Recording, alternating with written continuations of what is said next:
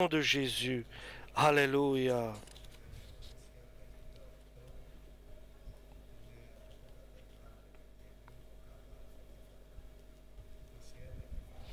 Chapitre 21, l'Évangile selon Saint Jean. Nous allons lire du Nouveau Testament, chapitre 21 de l'Évangile de Jean. Chapitre 21, l'Évangile de Jean. Quelque temps après, Jésus se montra de nouveau à ses disciples au bord du lac de Tibériade. Voici dans quelles circonstances il leur apparut. Simon-Pierre, Thomas, surnommé le jumeau, Nathanaël, qui était de Cana en Galilée, les fils de Zébédée et deux autres disciples de Jésus, étaient ensemble. Simon-Pierre leur dit: « Je vais à la pêche. » Ils lui dirent: « Nous aussi, nous allons avec toi. » Ils partirent donc et montèrent dans la barque, mais ils ne prirent rien cette nuit-là. Quand il commença à faire jour, Jésus se tenait là, au bord de l'eau, mais les disciples ne savaient pas que c'était lui. Jésus leur dit alors: « Avez-vous pris du poisson, mes enfants? » « Non, lui répondirent-ils. Il leur dit: « Jetez le filet du côté droit de la barque, et vous en trouverez. » Ils jetèrent donc le filet, et ils n'arrivaient plus à le retirer de l'eau, tant il était plein de poissons. Le disciple que Jésus aimait dit à Pierre: « C'est le Seigneur !» Quand Simon-Pierre entendit ces mots, « C'est le Seigneur !» il remit son vêtement de dessus, car il avait enlevé pour pêcher, et il se jeta à l'eau. Les autres disciples revinrent en barque, en tirant le filet plein de poissons. Ils n'étaient pas très loin du bord, à 100 mètres environ. Lorsqu'ils furent descendus à terre, ils virent là un feu avec du poisson posé dessus et du pain. Jésus leur dit: « Apportez quelques-uns des poissons que vous venez de prendre. » Simon-Pierre monta dans la barque et tira à terre le filet plein de gros poissons, 153 en tout. Et quoiqu'il en ait eu tant, le filet ne se déchira pas. Jésus leur dit: « Venez manger. » Aucun des disciples n'osait lui demander: « Qui es-tu » car il savait que c'était le Seigneur. Jésus s'approcha, prit le pain et leur partagea, et leur donna aussi du poisson. C'était la 3e fois que Jésus se montrait à ses disciples depuis qu'il était revenu d'entre les morts. Après le repas, Jésus demanda à Simon-Pierre: « Simon, fils de Jean, m'aimes-tu plus que ceux-ci » ? « Oui, Seigneur, répondit-il, tu sais que je t'aime. » Jésus lui répondit: « Prends soin de mes agneaux. » Puis il lui demanda une 2e fois: « Simon, fils de Jean, m'aimes-tu » ? « Oui, Seigneur, répondit-il, tu sais que je t'aime. » Jésus lui dit: « Prends soin de mes brebis. » Puis il lui demanda une 3e fois: « Simon, fils de Jean, m'aimes-tu » ? Pierre fut attristé que Jésus lui avait demandé pour la 3e fois: « M'aimes-tu » ? Et il lui répondit: « Seigneur, tu sais tout, tu sais que je t'aime. » Jésus lui dit: « Prends soin de mes brebis. » Oui, je te le déclare, c'est la vérité. Quand tu étais jeune, tu attachais toi-même ta ceinture et tu allais où tu voulais. Mais quand tu seras vieux, tu étendras les bras, un autre attachera ta ceinture et te mènera où tu ne voudras pas aller. Par ces mots, Jésus indiquait de quelle façon Pierre allait mourir et servir ainsi la gloire de Dieu. Puis Jésus lui dit: « Suis-moi. » Alléluia.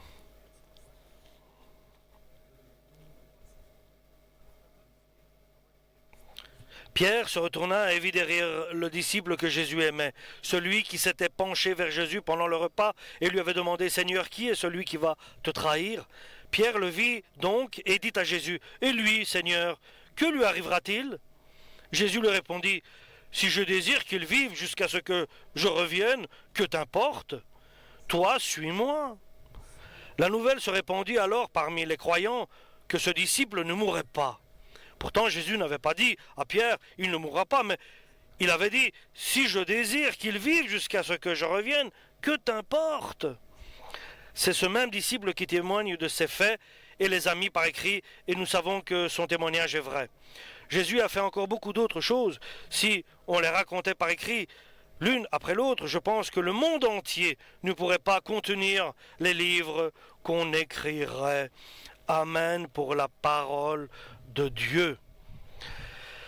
Nous remercions le Seigneur. Le moment est venu où Jésus va changer, métamorphoser les choses en dedans de Pierre. Ils ont obéi, les disciples ont obéi. Dieu lui a dit, allez en Galilée et là je vous rejoindrai. Mais leurs pensées sont les mêmes. Il n'y a pas eu de changement que Dieu désire en eux, dans leurs réflexions, dans leurs pensées. Le cœur de Pierre a changé.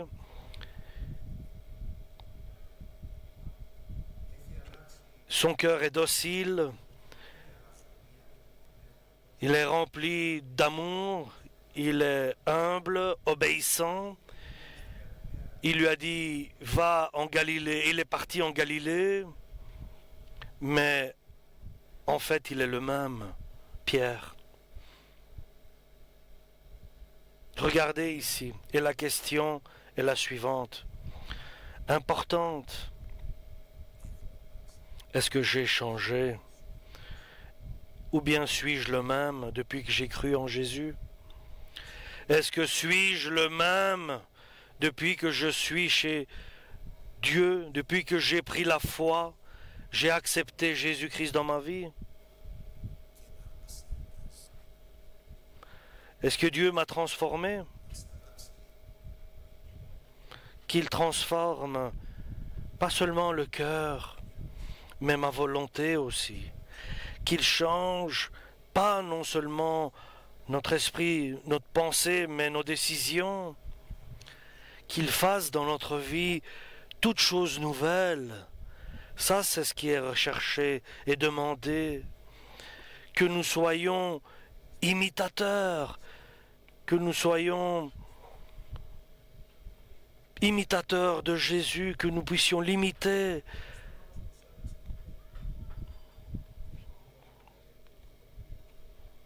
Et nous allons voir où était Pierre et où il s'est retrouvé. Et la force du Saint-Esprit est venue pour tous. Il faut d'abord que Pierre change. Il doit cesser d'être Simon, c'est-à-dire de la paille, mais qu'il soit Pierre, Pétros.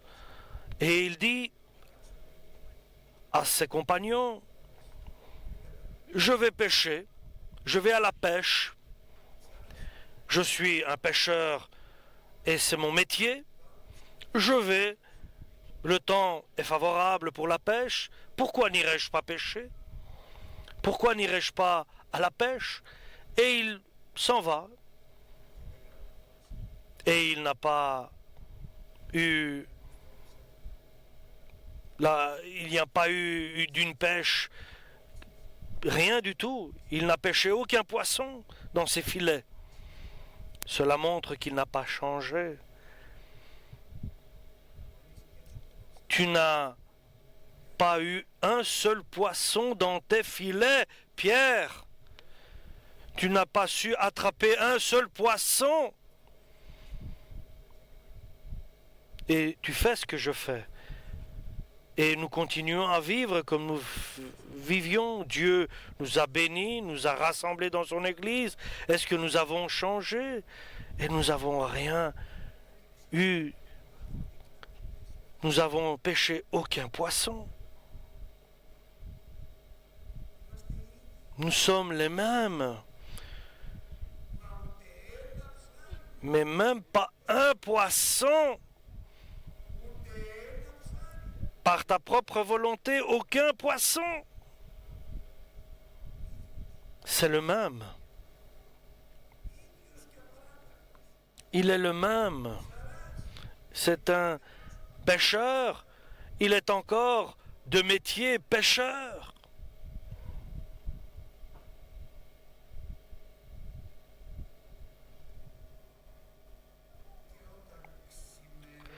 Et lorsque le jour se leva, Jésus les avait laissés toute la nuit.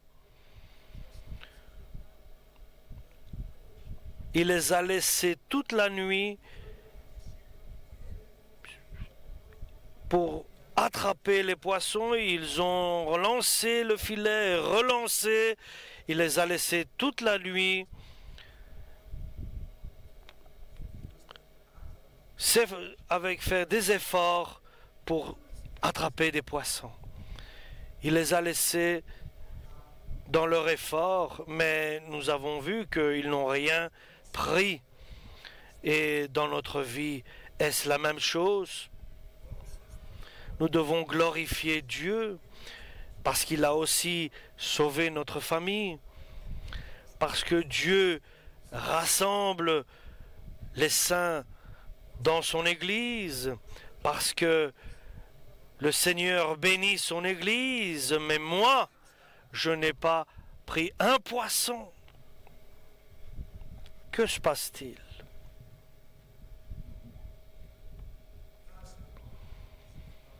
Je me souviens, quand j'étais à un endroit,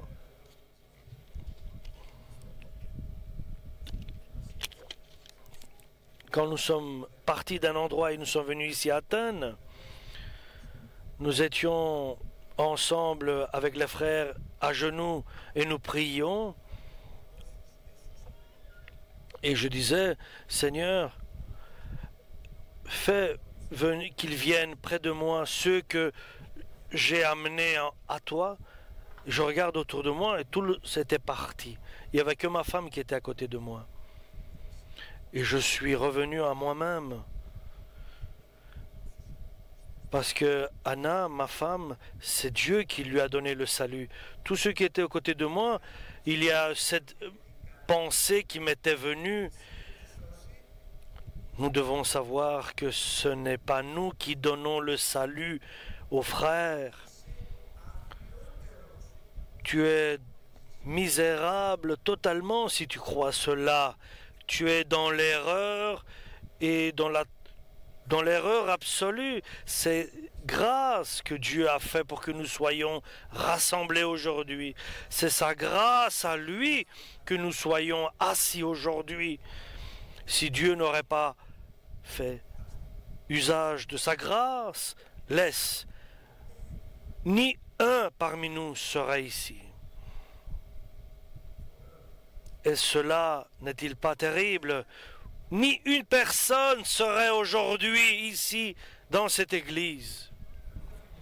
Ne laissons pas notre cœur nous emporter, mais ni une personne serait sauvée si cela était entre nos mains. Que ton cœur ne te trompe pas, comme il m'a trompé à moi. Et demande à Dieu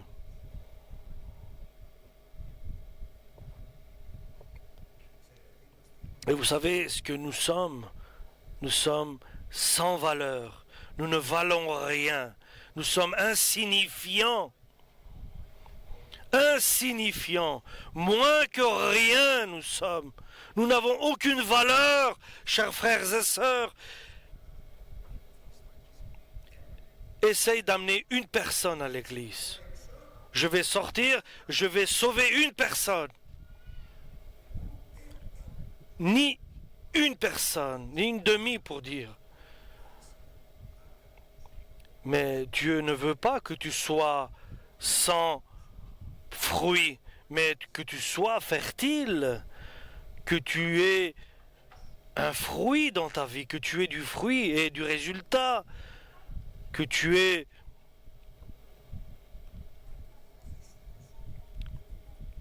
de l'abondance.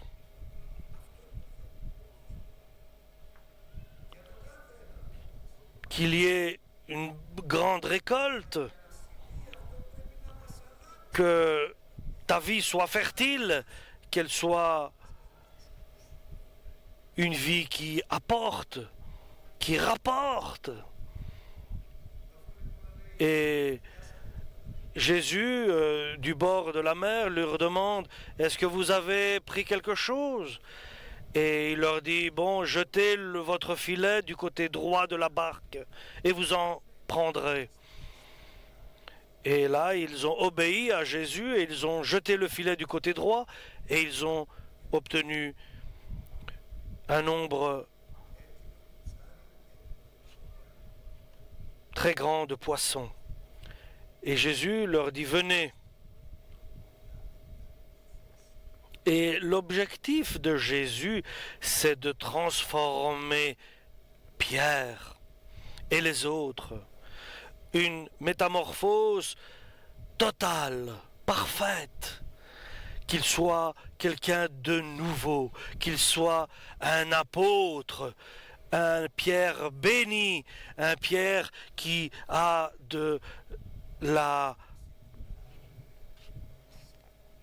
qu'il ait de l'apport, qu'il soit fertile. Et il lui demande, Pierre, m'aimes-tu plus que tout cela? Qu'est-ce qui t'a amené ici à la pêche? L'amour pour la pêche, l'amour pour ton travail et pour ton métier et pour ta barque. Et ça te plaît cela? Qu'est-ce qui t'a amené à l'échec? C'est ton amour pour ton métier. Qu'est-ce qui t'aurait amené à Abraham? Son amour pour Isaac. Qu'est-ce qui a amené à la bénédiction absolue d'Abraham? C'est l'amour qu'il avait pour Dieu et pour ce qu'il aimait. Tu m'aimes plus que tout cela? Bien sûr, tu sais que je t'aime, dit-il. Et comment il peut prouver son amour envers Dieu? Il lui dit, prends soin de mes agneaux. Et ici, chers frères et sœurs, il faut que je souligne une loi spirituelle qui nous fait qu'on soit toujours dans la réussite. Autant tu sers les enfants des autres, Dieu servira tes enfants. Autant tu méprises ou tu ne prends pas en compte et tu te désintéresses des autres, alors le Seigneur ne prendra pas soin de tes enfants. Et je vais dire plus clairement, autant tu sers pour le service du salut de tes frères, autant le Seigneur œuvrera pour le salut de tes enfants. C'est une loi spirituelle. C'est l'amour de Dieu. Autant tu sers l'œuvre de Dieu, autant le Seigneur prendra soin de ton œuvre à toi. Autant tu sers et tu œuvres la famille de Dieu, l'Église de Dieu, dans sa partie globale, autant le Seigneur prendra soin de ta famille. Si tu vas pour pêcher des poissons, rien Dieu ne fera de ce que tu penses ou de ce que tu désires. Il métamorphose l'apôtre Pierre et ma volonté est qu'il transforme, il métamorphose chacun de nous et nous devons le comprendre. Si nous disons que non, moi je suis bien, non, cela c'est pas pour moi, alors ce ne sera pas vraiment pour toi. Et tu seras sans la bénédiction et tu ne seras pas fertile.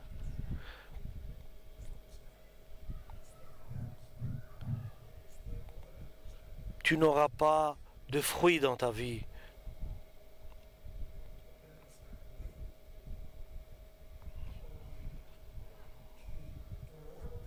Et Pierre entend. Ce qu'il aime, Jésus prouve pour qu'il puisse prendre soin de ses agneaux. C'est de paître ces agneaux, de les amener à des pâturages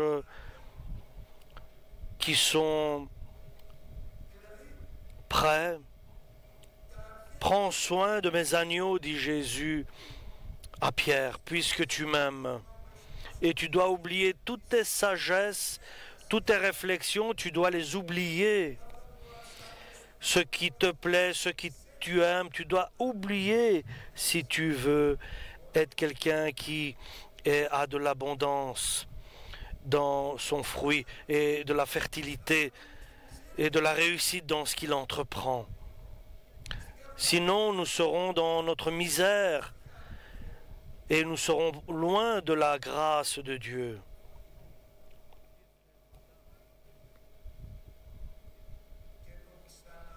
Et Jésus lui redemande, mais pourquoi lui redemande-t-il? Parce qu'il doit comprendre. Simon, fils de Jonas, m'aimes-tu? Moi, qui suis le Seigneur, m'aimes-tu? Moi, m'aimes-tu? C'est une question claire et nette que Jésus lui pose. Et l'apôtre Pierre le répond, « Tu le sais bien que je t'aime. » Il lui dit, « Prends soin de mes brebis, paie mes brebis, dirige mes brebis, sois un bon pasteur qui prend soin de mes brebis. » Non seulement il les nourrit, mais il les donne à boire. Mais il les prend et ils vont à l'extérieur et il les ramène. Ça, c'est le bon pasteur. Il cherche celui qui s'est perdu. Il prend soin de ses brebis. Vous savez ce que dit la parole? Il sert avec une œuvre de foi les saints, ceux qui sont justes. Il lui dit, paie mes brebis. Donne-leur à manger, donne-leur à boire, ce qu'ils doivent recevoir comme nourriture. Renforce-les, encourage-les, redresse-les. Donne-leur de la nourriture spirituelle, parle-leur. Ne regarde pas toi-même, ne regarde pas à évoluer toi-même, mais fasse qu'ils évoluent. Prends soin de mes brebis, de mes agneaux, pour que la bénédiction vienne en toi. Qu'elle soit fertile ta vie, remplie de réussite et d'abondance, et que tu pars de la misère, que tu t'en vas de la misère et de ta vie. Et arrête de te plaindre dans ta vie et d'avoir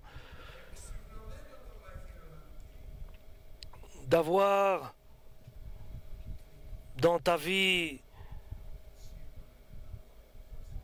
des hésitations ou des doutes.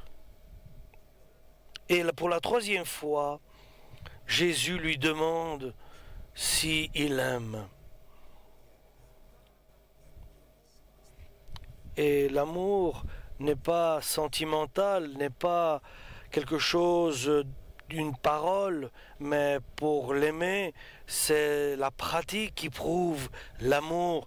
Et en prenant soin de mes brebis, en servant les saints, en servant les frères par des œuvres de foi et d'amour, alors tu seras héritier de la promesse de Dieu.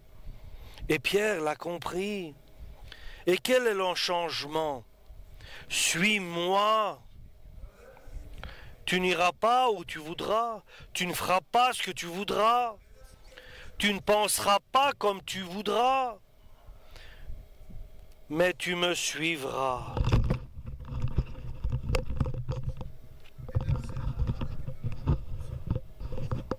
Non, Pierre n'avait pas tout abandonné pour suivre Jésus. D'une certaine manière, tu le suivras maintenant de tout ton cœur. Tu le suivras et même si tu l'entends pas, tu le suis par l'Esprit Saint. Alléluia. Et comment suivre Jésus, notre Seigneur? En servant les frères et les sœurs par une œuvre de foi et d'amour. Et Jésus a continué. Et Pierre l'a suivi. Suis-moi, lui dit-il. Là commence le chemin et Pierre le suit. Jésus avance. Les poissons sont abandonnés. Les bateaux sont abandonnés. Maintenant, il va aux brebis et aux agneaux. Chacun prend son chemin. Chacun dans sa solitude. Chacun dans sa mission. Chacun son chemin, son parcours. Et Jean suit. Et Pierre demande à Jésus, qu'est-ce qui va se passer avec Jean? Et Jésus lui dit, mais t'occupe pas, suis-moi toi. Ce que je ferai moi avec Jean, c'est mon affaire. Toi, ne t'en occupe pas. Regarde et suis-moi seulement. Et si tu veux être quelqu'un qui a beaucoup de fruits, beaucoup d'abondance dans ton résultat, il fallait qu'il passe d'abord par le jour de la Pentecôte. Et pendant 10 jours, il priait jusqu'au moment où vous recevrez la promesse de Dieu. Ils ne sont pas sortis de la chambre haute, ils étaient là à 120 et ils priaient. Et il ne leur a pas dit, dans 10 jours je reviendrai, mais restez là jusqu'au jour où vous recevrez la puissance d'en haut. Après 4 jours, 5 jours, 6 jours étaient passés, 10 jours sont passés. Soudainement, le 10e jour, le feu du ciel est descendu. Et Pierre, que Dieu a changé de pécheur à apôtre, c'est un pécheur qui a la foi. Dieu peut être avec lui, peut le bénir et il peut avoir des résultats et des résultats abondants, une récolte abondante, une récolte riche, abondante, et le Seigneur peut le faire à toi et à moi avec une condition. À une condition. Aimes-tu le Seigneur plus que tout? Amen. Alléluia. Prends soin de mes agneaux. Alléluia. Et tu verras avec quel Christ tu as à tes côtés, avec toi. Tu as le Maître du monde, le Créateur. Alléluia. Tu as la vie. Il bénit, il donne de l'abondance, de la fertilité. Alléluia. De nouvelles choses seront devant toi. Un nouveau début, de nouvelles promesses. Alléluia. Gloire à Dieu. Jésus a dit, gloire à toi, Père,